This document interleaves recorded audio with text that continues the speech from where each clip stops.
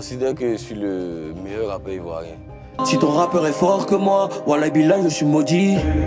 Yo, c'est les amis, ça fait grave plaisir de vous retrouver pour une nouvelle vidéo. Et oui, aujourd'hui, c'est ce que vous dites, on voit pas ma tête, on voit pas mon visage, c'est normal. J'avais déjà prévu cela avec des chibis autres que vous voyez animés. Mais aujourd'hui, on va faire une vidéo sans ma tête parce que tout simplement, je suis en déplacement et ça sera difficile de tourner une vidéo.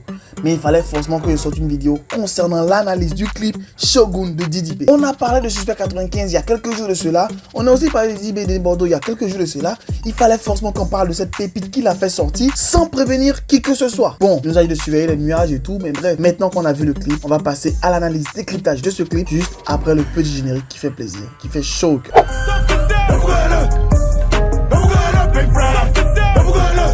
Pour ce clip, Didi B nous a préparé un truc assez extraordinaire, assez intéressant. Donc pour ceux qui ne savent pas, le son est sorti officiellement à minuit ce lundi 13 mars.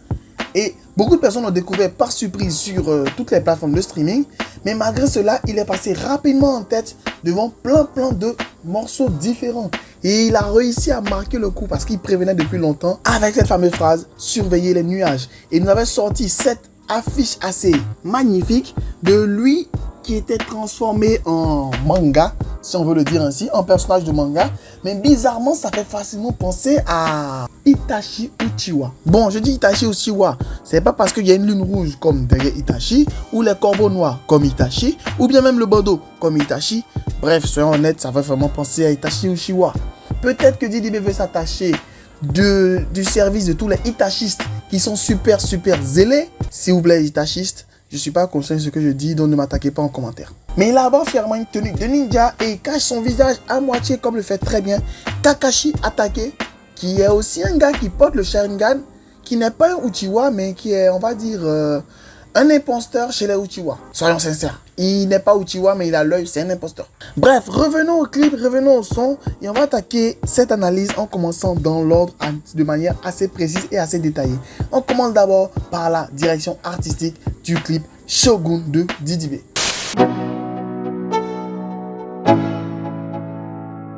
Let's go. Yeah. Déjà, il faut savoir que le clip a été réalisé par Maman Seleman Diaye. J'espère que j'ai prononcé correctement avec l'accent qu'il fallait. Mais parce que le clip a été tourné tout simplement au Sénégal. Et le réalisateur en question de ce clip n'est pas un amateur parce que au pays, il a déjà réalisé beaucoup de capsules vidéo différentes, même une publicité avec Sadio Mané et même différents clips et tout. Et on voit que le gars, c'est un grand fan des prises de vue avec les drones. C'est un opérateur drone de talent. Pour revenir un peu au clip lui-même, beaucoup de personnes se demandaient de pourquoi il a décidé de faire le clip au Sénégal. Pourquoi pas dans un autre pays? Pourquoi parler en Wolof? Pourquoi je pose beaucoup de questions? Pourquoi je m'interroge moi-même? Je sais pas. Bon, je sais pas pourquoi je m'interroge, mais je sais selon moi pourquoi il a décidé de tourner ce clip au Sénégal. Parce que pour ceux qui connaissent un peu le rap, on va dire dans le domaine francophone et tout, le Sénégal est le pays qui a vraiment envoyé le rap ici en Afrique, avec des pionniers tels que Didier Awadi, qui sont les précurseurs du rap francophone. Donc aller au Sénégal pour pouvoir tourner ce clip-là, c'est comme retourner aux sources pour pouvoir vraiment s'inspirer pour revenir encore plus fort et encore plus chargé. Dès le début du clip, on a une belle prise de vue de drone de la célèbre statue qui se trouve au Sénégal. Et on enchaîne avec les griots qui commencent à parler en Wolof. Et autour de lui, on a des vieilles dames et tout, comme s'il est venu s'asseoir pour prendre des conseils, prendre des bénédictions auprès des anciens, auprès des mères qui vont lui donner tout ce qu'il faut comme pouvoir, comme force, pour pouvoir attaquer le game véritablement. Dans le clip, on retrouve beaucoup de scènes de combat, de lutte sénégalaise, tout simplement pour dire que là, il est venu au combat. Parce que pour ceux qui ne savent pas ce que signifie véritablement Shogun, parce qu'il faudrait qu'on soit clair dès le début. C'est Shogun, c'est pas chewing-gum, parce que déjà les petites filles du land ont commencé à aller chewing-gum. On va pas vous pardonner ça. Shogun, c'est un titre qui est donné au Japon et on l'appelle aussi général pacificateur des barbares. Et au fait, ce titre servait à désigner l'homme qui menait les troupes impériales contre les tribus du Nord. C'était un samouraï, si vous voulez le dire ainsi, mais pour résumer, c'était le général en chef des armées au Japon en fait. Et cela date d'il y a très longtemps, du 12e au 19e siècle. Quand même, il y a assez longtemps. Surtout pour ceux qui sont nés en 2000, ça remonte à très longtemps pour eux. Et le nom complet, c'est pas Shogun tout simplement, c'est Seitachi Shogun, que l'on peut traduire par grand général pacificateur des barbares. Le côté barbare, on le retrouve assez dans le clip, déjà avec cette scène de lutte ou qui sont très violentes. Et même lorsque le lutteur donne un coup, on a la caméra qui passe au rouge comme s'il a réussi un coup. Et le côté violent, barbare, on le retrouve assez dans le clip, dans la direction artistique. Et il y a une scène qui se passe assez intéressante, on va dire à 45 minutes, où il y a plein de mecs avec des chenilles qui sont représentés par leur col roulé et tout ça, qui viennent dans le dos de Didi B en force et tout. Et à la fin, il s'arrête alors qu'il s'est apprêté à le taper, il commence à danser avec lui. Tout simplement pour dire que tellement il est puissant, il va transformer tous ses ennemis en des alliés qui vont maintenant combattre avec lui, qui vont combattre à ses côtés. Parce que c'est lui le général, c'est lui le chef d'armée. Et remarquez bien, eux tous, il y en a la majorité qui ont des logs et tout ça. Retenez bien ceux qui ont des logs et tout, parce qu'on risque de retrouver ça après. Même si dans l'ensemble, eux tous, ils ressemblent assez à une bande de Kakashi autour de leur général qui sont prêts à pouvoir recevoir des ordres. Mais même si Kakashi, selon l'auteur de Naruto, qui a dit tout simplement que Kakashi était la véritable représentation d'un ninja parce qu'il fallait être furtif et cacher son identité. Jusque là, tout allait bien dans le clip jusqu'à ce que Didi B décide de décoller à partir de la 56e seconde. Le décollage était bon, même si l'ombre qui le représentait était honnêtement un peu trop grande. On va dire, ouais, il se rapprochait du soleil dont l'ombre grandissait, mais c'était un peu démesuré, mais ça passait. Mais par la suite, on n'a rien compris. À partir de 1 minute 4, Didi B, le shogun, le général, s'est transformé en Superman de Kumasi. Pourquoi? Pourquoi nous infliger cela? Des effets spéciaux dignes de Nollywood des années 2001-2002. Très souvent pour ce genre d'effet, on pouvait faire plus une montée au ciel, on va dire, qui vient vers la caméra que qui passe à l'horizontale. Parce qu'à l'horizontale, c'est facile de voir que l'effet, enfin, tout le monde sait que c'est un effet qui a été réalisé et tout en post-production, avec souvent un fond vert et tout.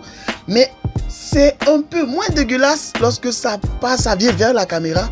C'est-à-dire c'est juste un zoom que lorsque c'est un mouvement horizontal, pour ne pas dire dans ce sens-là qui est fait. Bref, voyons plutôt le point positif du clip. Il y a la danse avec le masque dans le noir et les mouvements de sabre sont synchronisés avec le sabre, les mouvements de sabre qui étaient sur le sample du son. Je ne sais pas s'ils sont inspirés du clip ou tout, mais je pense sincèrement que c'est déjà sur le son. Et ils ont fait synchroniser cela avec les sabres qui se heurtent, pour ne pas dire les machettes qui se heurtent pendant le clip. Et ça, vraiment, c'est très intéressant. Pour ceux qui demandaient pourquoi autant de violence dans le clip, sachez que tout simplement parce que le shogun, c'est le chef des barbares, c'est le chef, le général et tout. Et donc, forcément, il est obligé de montrer son côté où il n'est pas là pour s'amuser, il n'est pas là pour rigoler.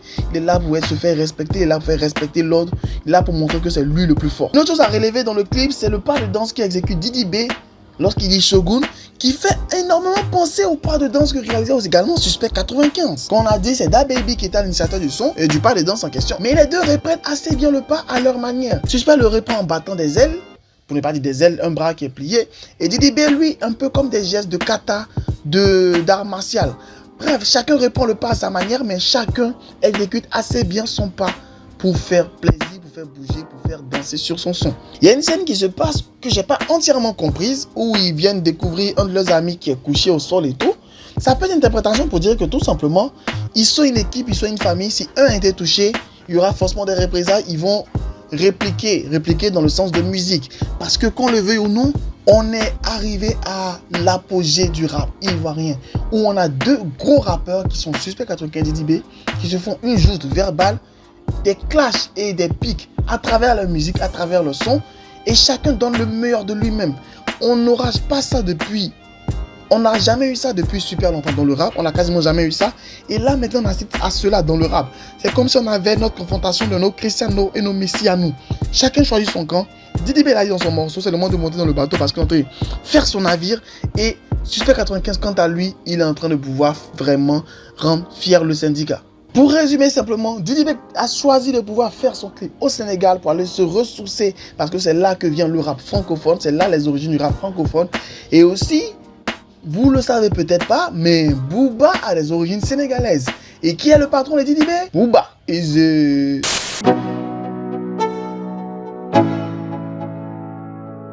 go. Yeah. Arrivons à la partie la plus intéressante et la plus captivante, les textes et les lyriques. Aujourd'hui, je vais demander à la communauté de pouvoir interagir, c'est-à-dire ceux qui sont au Sénégal, la partie que le griot dit en Wolof, dites-nous ça en commentaire. Qu'est-ce qu'il dit textuellement en Wolof? Dites-nous ça en commentaire pour qu'on puisse savoir ensemble pour ne pas avoir fait une traduction assez bizarre, assez farfelue, je vais laisser à vous mettre en commentaire et je vais épingler le commentaire qui aura la meilleure traduction et vous pourrez tous voir qui a bien traduit ce qu'il a dit. Pour revenir au texte en lui-même, dès le début, Didi B nous balance une punchline, on va dire, soyons honnêtes, une punchline salade. Salace du moins. C'est pas du tout des salades qu'il vous a raconté que je vous raconte. Au début du morceau, Didi B nous balance une punchline salace. Écoutez très bien. Dans ce game, je vous rends mou pourvu que ça dure. Vu la gestuelle qu'il fait, il parle pas de pain. Il parle pas de chiffon, il parle pas de mousse. Si Suspect était là, il avait dit il faut jouer un peu à ça. Une autre punchline qui est symbolique, c'est je fais la musique pour mon pays, mes origines ne sont pas les Gaulois. Tout simplement pour répondre un peu à certaines personnes qui ont critiqué, dont moi également, du fait que la musique qu'il fait pourrait difficilement s'exporter à l'international. Et là, il nous répond en disant simplement que lui, il fait la musique pour son pays. Ses ancêtres, c'est pas les Gaulois. Lui, si les Français n'ont pas kiffé, c'est pas grave. Du moment que les Ivoiriens s'amusent, les Ivoiriens kiffent, c'est le plus important. Parce que lui, il est ivoirien, il n'est pas gaulois et tout. Gaulois, c'est la France. Pour ceux qui ne savent pas, les Gaulois, c'est les Français. Et il reprend avec une autre punchline pour tacler son rival de tous les jours pour dire ici, on sait qui est Fally, qui est Ferregola. Bon, Ferregola a pris balle perdue, c'est pas grave, Yako. Un petit amusement, petit palabifon. Et au pays ici, Ferregola, il a pris balle, c'est pas grave. Mais pour résumer un peu Fally pour pas Ferregola, je ne vais pas vous dire qui, mais il y a un des deux qui est dit être fort à l'international. Mais en local, on s'en fout de lui. Et il y a l'autre par contre, au local, c'est un dieu. Dans l'international, il n'arrive pas vraiment à briller. Je n'ai pas dit qui est qui, mais c'est un peu la comparaison qu'il fait. Et on sait de qui il parle. On sait qui a fait featuring à l'international. Même si lui aussi l'a fait à l'international. Une technique de rap qui était utilisée depuis le groupe de Kiff No Beat avec Didi B et tous, c'est de reprendre des expressions qui sont utilisées couramment dans le langage ivoirien. Où il dit par exemple dans ce son-là, si tu me vois, faut fuir. C'est une manière qu'on pense souvent se taquiner en Côte d'Ivoire quand quelqu'un nous dit un truc qui nous plaît pas et tout, mais juste pour s'amuser et tout. Et avant cela, il dit, tu parles le matin, on t'attend la nuit. Du genre, tu fais la bouche, tu parles beaucoup lorsqu'on est en pleine journée où tout le monde est là et tout. Mais attends qu'on soit nous deux, on va voir si tu peux encore parler. Je sais pas pourquoi, mais quand j'entends ça, je me rappelle du fait que quelqu'un a dit dans une interview à la télé en pleine journée qu'il était le boss. Et lui, Didi B, c'est au cours de la nuit qu'il sort son morceau pour répondre. Ah, je vous ai dit, ces deux-là vont nous faire vibrer comme Messi et Cristiano. Je ne sais pas si vous avez remarqué cette punchline. Je sais que c'est pas permis, mais je fais des punchlines par accident. Est-ce que vous vous rendez compte de la technique qu'il faut pour sortir ce genre de punchline-là? Eh bien, là, Didi B l'a fait. Il y a plein de punchlines de ce genre-là dans le morceau et tout. Mais dans le morceau, il y a beaucoup d'ego trip. Et c'est ce qui fait que beaucoup de personnes sont contentes. Parce que l'ego trip, quand un rappeur fait de l'ego trip, il parle à son concurrent direct ou à ses rivaux. Mais quand toi tu écoutes le morceau, tu t'adresses aussi à ceux qui te font des misères dans la vie. C'est pour cela que beaucoup aiment le rap avec l'ego trip, parce qu'ils se sentent concernés par cela, parce que chacun à son niveau à lui mène des combats et il y a des adversaires et tout. Je sais pas si c'était prévu, mais honnêtement, pour résumer un peu tout ce qu'il dit dans le morceau, c'est comme s'il répondait après l'interview de Suspect 95 où il avait affirmé que c'était lui le numéro 1 et tout. Et là, ce morceau-là, c'est pour répondre tout simplement pour dire ouais, moi je suis le numéro 1 parce que ceci, parce que cela. Et il justifie cela à travers tout ce qu'il a comme parcours, tout ce qu'il a comme expérience et tout ce qu'il fait dans la musique et sur ses morceaux à lui, sur ses prods à lui. Honnête, soyons francs, le clip est assez dynamique, assez beau et tout. Mais c'est pas un clip qui est vraiment ouf côté direction artistique comme on le voit souvent avec les clips de Suspect 95 ces derniers temps. Désolé de faire la comparaison, mais on y est en plein dans cette comparaison entre les deux là. L'album de Didi B Shogun est imminent et peut-être qu'il va sortir son album quelques jours après Suspect 95 parce que pour l'instant, aucun des deux n'a donné officiellement la date de sortie de l'album. Mais on sait aussi que les deux risquent de sortir un album cette année. Quand, on ne sait pas. Et peut-être Didi B va être dans ce mouvement de titiller, de provoquer et tout. Et sortir juste après l'autre, va juste le titiller, juste le taquiner et tout ça. Parce que soyons honnêtes, son maître actuellement c'est Booba. Et Booba c'est le champion dans ce domaine-là. Ça m'a fait super plaisir de faire une vidéo sur Didi B. Comme je vous le dis à chaque fois, moi je suis ni pour l'un ni pour l'autre. Si je fais une vidéo pour Suspect aujourd'hui, je suis pour Suspect. Je fais une vidéo constant Didi B, je suis pour Didi B. Moi, faire une vidéo, c'est comme rédiger une dissertation. Je fais en même temps la thèse, antithèse et foutaise à la fin. Soyons honnêtes. N'hésitez pas à me dire en commentaire ce que vous avez pensé du morceau et si vous pensez honnêtement que le timing de sortie du son c'était plus pour répondre à Suspect 95 parce qu'il commençait à enflammer la toile avec son affirmation ou tout simplement il a fait sortir parce qu'il fallait le faire sortir. Mais je pense que le timing est beaucoup trop beau, beaucoup trop parfait.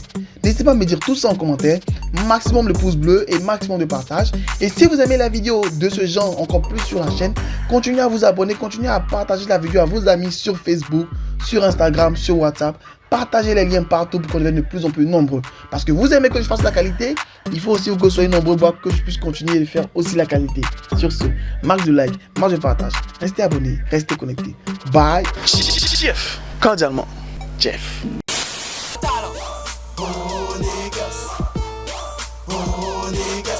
Historique et incompris, tu parles de moi, tu fais ma pub, archiduc prend des ailes sans voix de Red Bull. Tu veux me stopper, pas de chance, tu veux m'éviter comme le vent. Archiduc débarque, les jaloux en masse. J'ai pas encore de cachet, mais déjà un tas de sorciers. Viens pas ici m'embêter, sinon je serai enragé. T'es pas mon négro, on n'est pas des rivaux. Croise pas mes potos, non pas des héros.